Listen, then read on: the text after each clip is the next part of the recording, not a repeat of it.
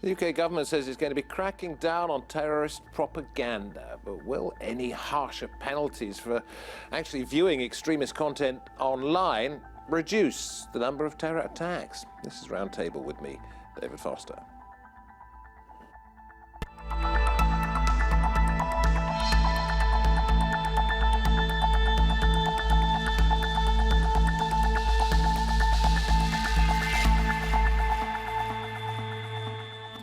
In response to an increase in so-called terror incidents across the UK, Britain's Home Secretary says she wants prison sentences of up to 15 years now for those who view extremist content online. A law that some say is too harsh, and there are others wondering how it can ever be policed.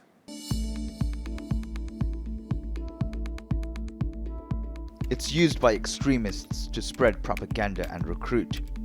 The internet is a place to groom would-be terrorists.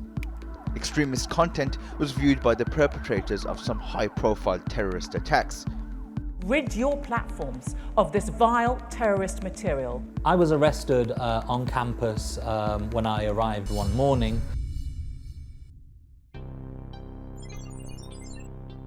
While the UK government has laws for those who download extremist material, it doesn't have anything for those that stream it. Now, that's set to change.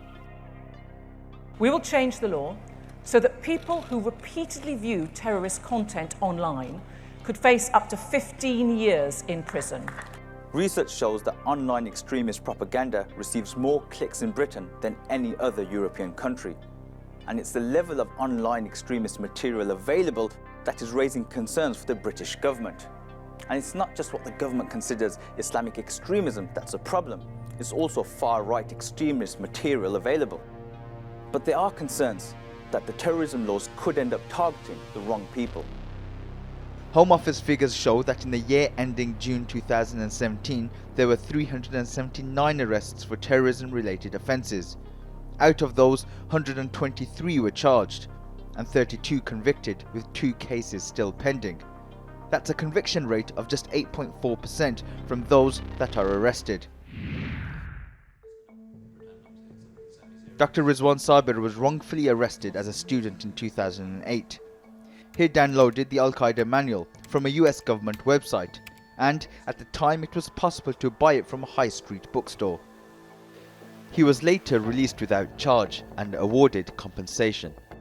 Now a lecturer specialising in counter-terrorism, he says the change in law is not needed. Amber Rudd's statement is quite frightening. But even before Amber Rudd made the announcement, the sentence for being in possession of information that's useful to terrorists is a frightening power. And the reason why it's so frightening and the reason why 10 years is too high, in fact, even 1 day is too high, is because the Crown or the British state do not have to prove that your intention is connected to the purpose of terrorism. We contacted the Home Office for an interview. No one was available, but we were given a written statement from the Justice Minister.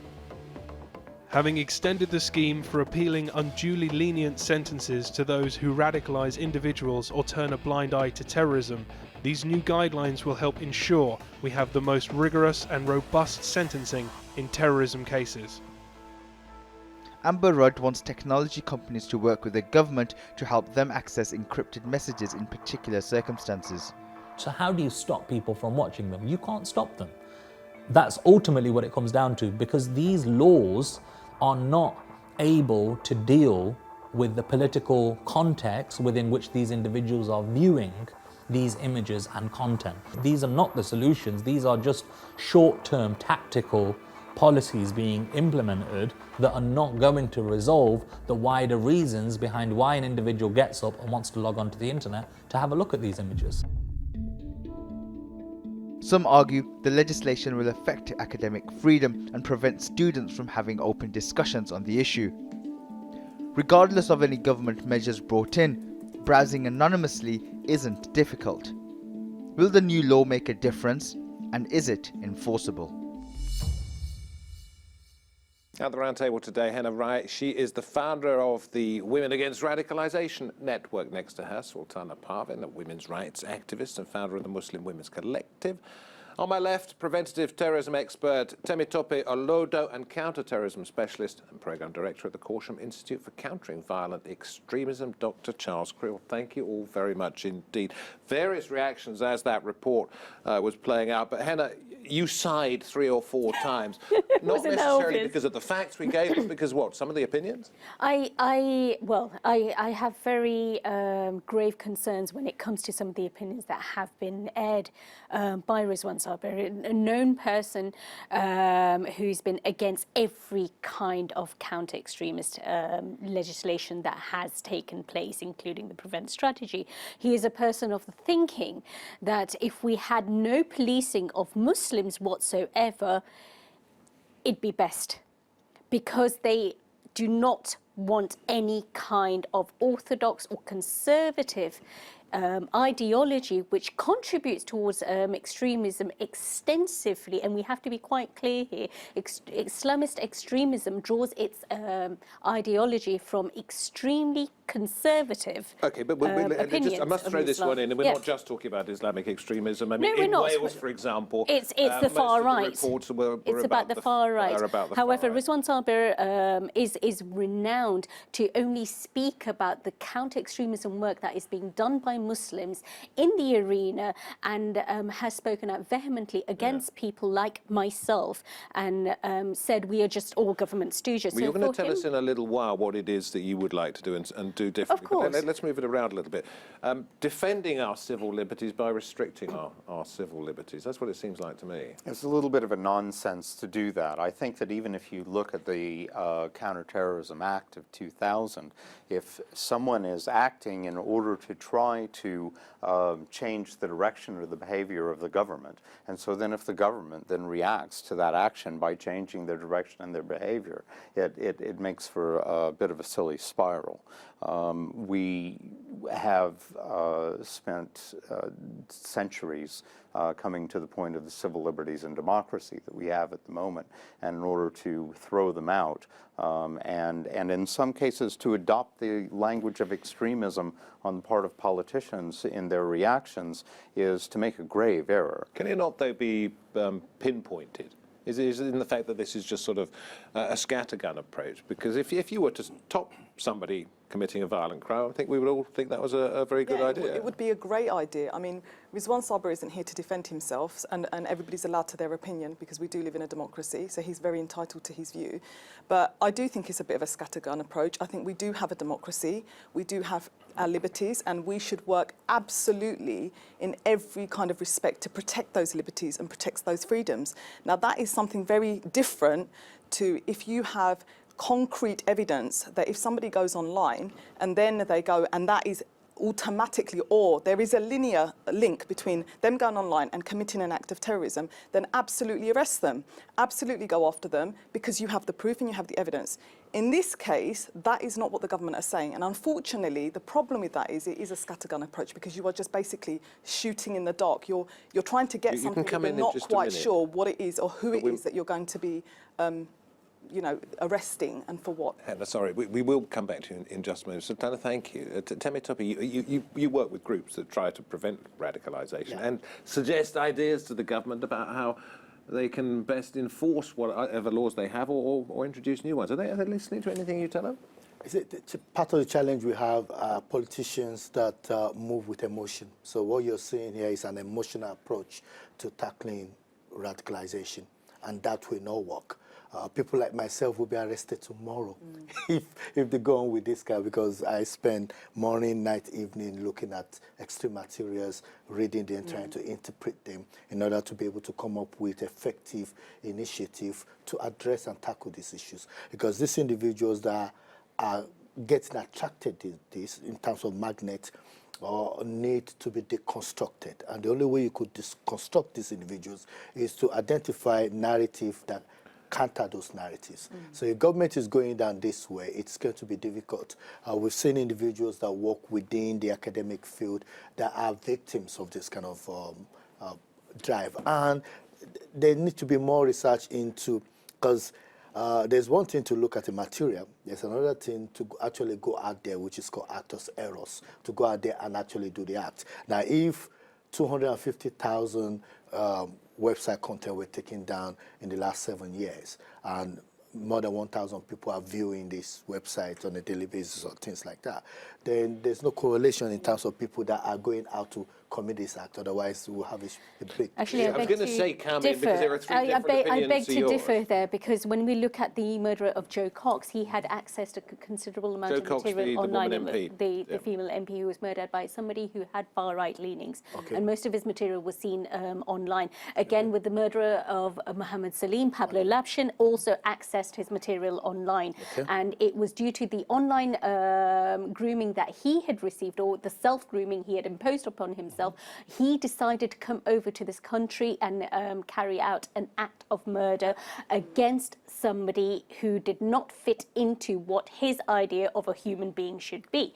Now, when we look at extremists from Islam as well, majority of those who have gone to Syria have been groomed online. This grooming does not take place, and the access to materials does not happen within the mosques or within community-based I don't think anybody's denying, Henna, that it is a problem. I think where you're going that's incredibly dangerous here is you're starting to, there's a center place between committing a violent act and accessing material. And that center place is having an opinion.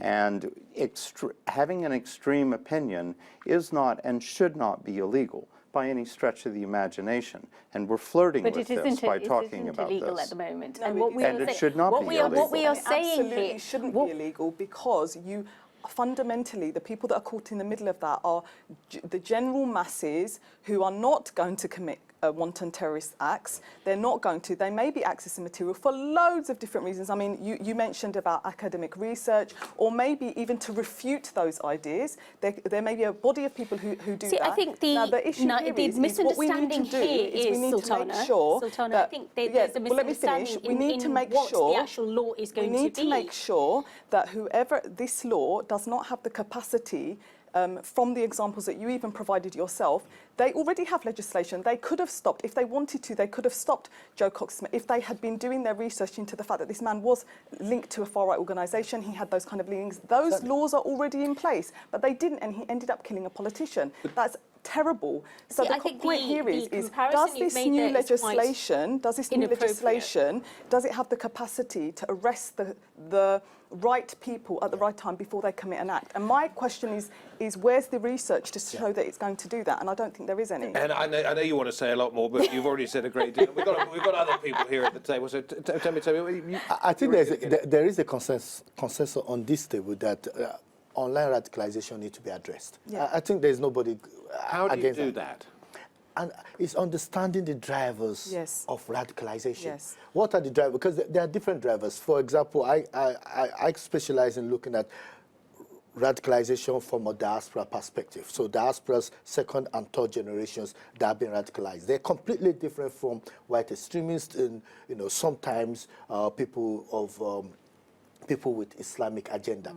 Now, we need to understand the drivers. If we understand the driver, why will anybody be motivated to go online to read extreme materials?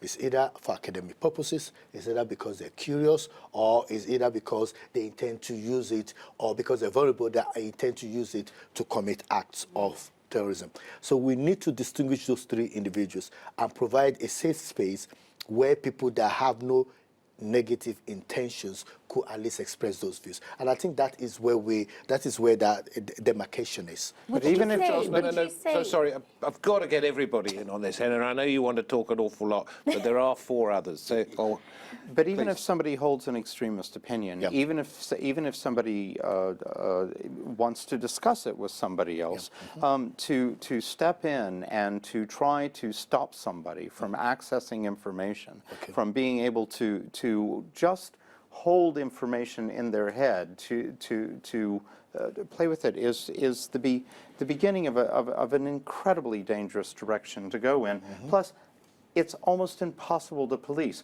We can't stop teenagers from downloading illegal copies of Lemonade. I don't think we're going to be able to stop people from looking at information that some authoritarian people don't want other people to have access to. But authoritarianism is a poor answer. It isn't impossible. Okay, so what would you do? Right, let me take you back to last year when the murder of Imam Jalaluddin took place in Rochdale. The murderers of that man were from his own community, the Bangladeshi community, and they had access material on Twitter and using a Sky television platform of an extremist preacher who inspired and influenced them to carry out that act, because this man did not fit into their understanding of what a Muslim should be. So he wasn't the right kind of Muslim, okay? Now, the men of that, the murderers of that How are these new laws act, going to change that? let me finish. The men had accessed a great deal of material on why it is important to ensure those people who do not fit into the right kind of Muslim, as in accordance to Zakir Naik, should be killed and what should be done with them. And they had this material on their phones, they had this material on their laptops. They then carried out an act of murder. Okay. I've got to stop you here, because the question is not, is extremist material bad and likely to influence? You're not allowing me to finish. You're not allowing me to finish. I'm sorry, it's only a half-hour programme. The point is this. You've got to find a way of preventing people from looking at this. Well, or these people were preventing them already on the radar, and they were already known to have access to such material. Had those laws been in place, I think that murder could have been prevented. You think a 15-year prison sentence rather than a 10-year prison sentence is going to make a difference to somebody who's determined to kill somebody they don't believe fits into It's up to 15 years. It's not necessarily 15 years. And I think... You think that's going to make a difference? I think it will make people think about what their actions are and what they're actually doing. I think it would be way more important to, as Temitope said, to try to look at the drivers and try to understand what may be going. There is no one picture fits all when it comes to extremists and people being radicalised. So therefore, having a one-size-fits-all policy where you basically just arrest anybody who's potentially downloading material. But that's not how it's going to work. That is not how it's going to work. It's people who are repeatedly watching the same thing. I'm aware of how the legislation is going to pan out. Is not going to solve the problem of why particular communities and particular groups do commit particular crimes. And I think it's very important. Solution. I think it's very important that we try to engage the wider society into why against any kind of legislation that comes. We were trying to protect democracy. Democracy is at risk by the extremists themselves. Absolutely. And this is something we need to work with the government. We must not allow ourselves to move to the other side of the extreme. We are not moving to the other side, but at the same time, legislation I think like this robust does. methods need to be in place, because we've had 5 attacks this year, and each of these attacks have had an element of online radicalisation, online extremist material being accessed. Have you heard of Max Hill? This law has been in place since 2000, and yet the number of people who've died since 2000 has increased tenfold globally as victims of terrorism. Because of the extent of the online material that is now accessible easily to people who are going to be the perpetrators of these acts. It doesn't have to be online. This kind of material is available in a number of different formats. No, majority of the material now is online. It's not going to stop that. This material is available in a number of different formats. Yeah. If we stop the formats that it's available in now, it will shift to other formats. We need a very tech-savvy solution to a technical problem.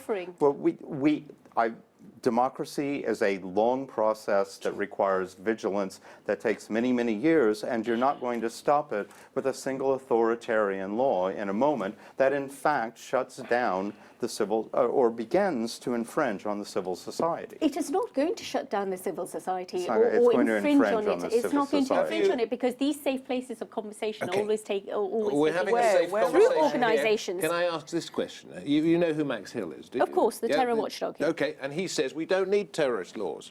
He says we can deal with them by adapting our own laws at the moment. He's saying that this is counterproductive, this sort of thing. I don't agree with him at all, because it's under the terrorist laws that many terror attacks have been thwarted this year. Okay, it is under that legislation. 7 attacks so far have been thwarted and prevented from taking place. Conspiracy to commit murder, they could have been tackled by those laws. Because what Charles is suggesting is that enough for people who want to disrupt our democracy? Because what is it that extremists are against? We're disrupting our own democracy. What is it that extremists are against? They are against the very democracy that we are here defending. So therefore, the way to solve that problem is to shut down further democracy. I don't think think that's a solution. I don't think that's happening. I don't think that's happening. I think that is a very naive approach to have to any kind of legislation that is not yet even in place. Henna, you've told us an awful lot about what you think is wrong with these arguments.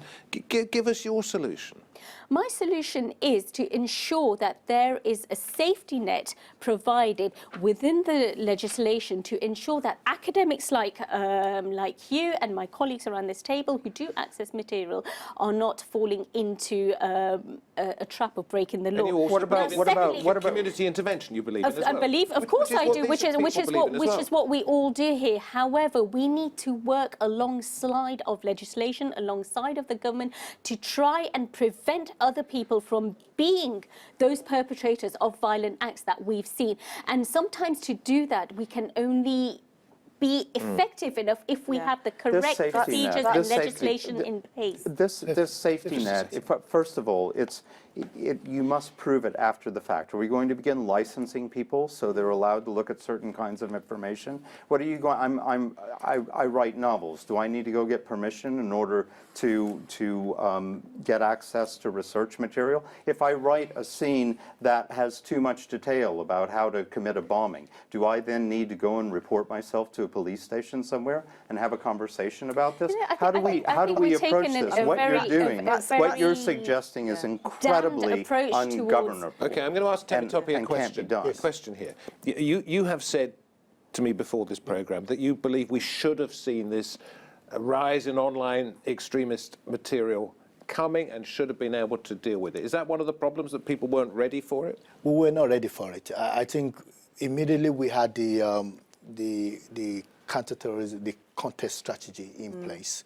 When the new government came in, which is the coalition government, they watered down that.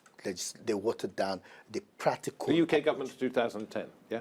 Yes, exactly. They watered it down. Some of the control orders and the other things that were supposed to be in place were watered down. And this is where the challenge is. Any strategy, any policy that is not people-driven, tend to have this kind of challenges that we're talking about. I am not against legislation, not that I'm against legislation, but it needs to be people-driven. We're whipping up all these kind of emotions, and then government is coming and saying, no, we need to clamp down, we need to clamp down, we need to clamp down. But we're not taking the community along with us in this discussion. The academic. I agree with you there. I agree with you there. I have got to get Sultanah in here because you're on your own in this discussion. I've given you lots and lots of time, but Sultanah does need time too. I think it's way more important, based upon previous government strategies, that you do not create the hostile environment that unfortunately some of the government's policies have created already within the Muslim community and even parts of the white community. You have a lot of hostility towards current legislation because certain communities feel that the legislation has kind of gone through, but they were never consulted. There was never a conversation about what the drivers are. There's not a conversation and a safe space to really discuss some of the grievances that may be going on within the Muslim community or the wider community. And I think if you rule that out and you just go ahead and make legislation because you think it's going to stop a problem, what you are doing upon a particular community or what have you, you're not looking at the fact that they themselves may have the solution. They themselves may have the ability to solve some of the problems that are going on in-house. And I think the Muslim community have been very ready to do that. You can have another say. I just wanted to inject. When the Prime Minister, when she came back, after the election, she said, "Oh, we're going to come up with an extremism commission." Yeah. Have you heard anything about it since? Where's the discussion? Human rights get in the way of doing these things. We'll change those laws to make sure we can. Yes. So we're not having this discussion. There's no consultation paper. Nobody is being engaged. And when you come up with these laws, that's where we are. That's where the commission is taking place. The commission will be taking place. However, getting the correct people into the commission is a so it's not taking place. So it's not taking place. It will take place. We're just getting the government is working hard. If you allow me to finish, I allow you to finish. The government will be working in consultation with various civil society groups to ensure the correct people are on board. Now, when it comes to the engagement at community level, the government has been engaging at community level. I myself have engaged with them on a number of occasions, whether it's through community engagement programs at Downing Street or speaking directly to the Home Office and providing my opinions. Final thought, really quick final thought. Online extremism is there. Can it be stopped? I think it probably can, but not with the current strategies that are in place. What do you think? I think that extremism is not the problem, violent extremism is the problem, and what we need to do is stop the violence with whole community How do you stop it solutions. online, though? You can talk to people, but it's there. It's there. The internet exists, whether we like it or not. As far as I'm concerned, I think it's community-led approach. I think they had to reach communities. There are lots of hard to reach communities. So you still out know it's that there, we but need you've got to stay prevent engaged. people from looking at it by convincing them that it's a bad thing to do. I worked in the system. If I thought you could be I quick. understand it. I can be clear. Extremist ideology leads to violent extremism. And in order to counter it, yes, we do need a community-led approach, but that community-led approach needs to be alongside of government and agency strategies as well. We cannot expect this to be prevented if it's just a community-led approach, because communities are not fully equipped themselves to deal with it. Henna, to the second, thank you very much indeed. We've run out of time. Thank you all very much indeed. It is a topic, isn't it, that excites an awful lot of emotion, and there is no right way or wrong way of tackling it, because we know that whatever else they do via laws or coercion or by convincing people, this kind of conversation isn't going to go away. At least we've had it. Thank you very much indeed for watching Roundtable. From me, David Foster, and the rest of the team, bye-bye for now.